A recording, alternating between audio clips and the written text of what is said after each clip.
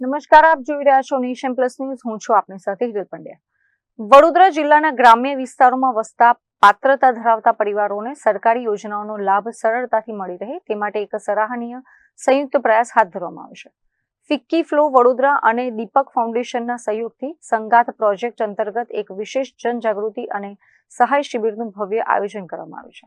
વડોદરા નજીક આવેલા કોસિન્દ્રા ગામ અને તેની આસપાસના ગ્રામ્ય વિસ્તારોના પાત્રતા ધરાવતા પરિવારો તેમજ લાભાર્થીઓને વિવિધ સરકારી યોજનાઓના લાભ લેવામાં કોઈ મુશ્કેલી ન પડે તેવા ઉમદા આશય સાથે ફિક્કી ફ્લો વડોદરા અને દીપક ફાઉન્ડેશનના સહયોગથી એક વિશેષ શિબિરનું આયોજન કરવામાં આવ્યું છે.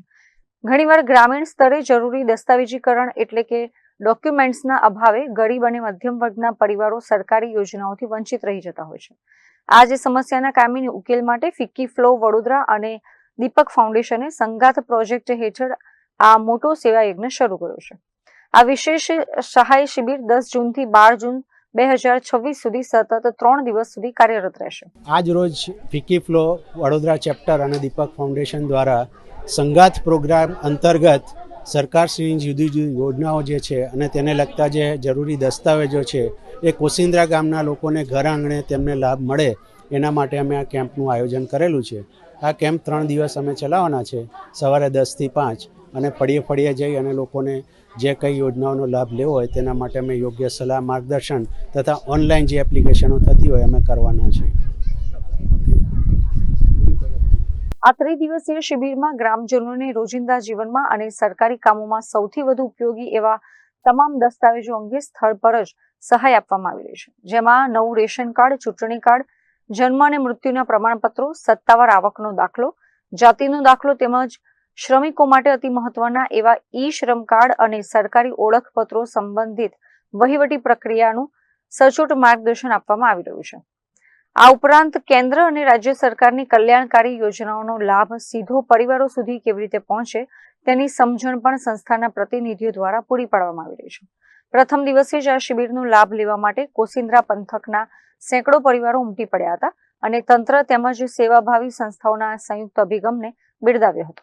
નેશનલ ઇનિશિયેટિવની ટીમ છે મારી સાથે. આજે અમે કોસિન્દ્રા ગામ આંકલાવ તાલુકા ખાતે અમે આજે એક સંગાત કાર્યક્રમ પ્રોગ્રામનો અમે આયોજિત કર્યું છે. તે દીપક ફાઉન્ડેશન સાથે કોલેબોરેશનમાં છે, જેમાં ગવર્મેન્ટની સ્કીમ્સનું અમે અવેરનેસ તથા એનું રજિસ્ટ્રેશનનું કામ કરી રહ્યા છે. અને આની સાથે સાથે અમે ઘણા હેલ્થ કેમ્પ પણ કરીએ છીએ. Breast cancer, cervical cancer awareness, mammography screening અને બીજા આઈ કેમ્પ્સ અને હેલ્થ કેમ્પ કરીએ છીએ.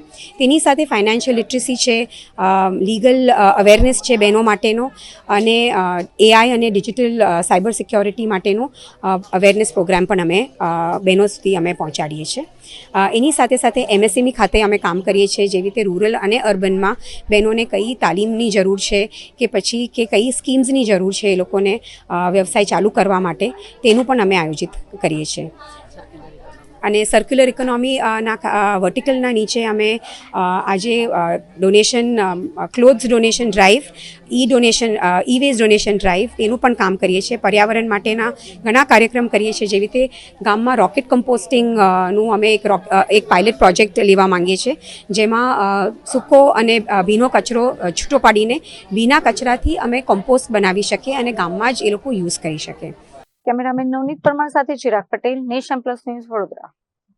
સમાચારોના સતત અપડેટ મેળવવા માટે અમારી નેશન પ્લસ ન્યૂઝની યુટ્યુબ ચેનલને સબસ્ક્રાઇબ કરો, બેલ આઇકન દબાવો અને જોડાયેલા રહો ફેસબુક, ઇન્સ્ટાગ્રામ અને ટ્વિટર પર.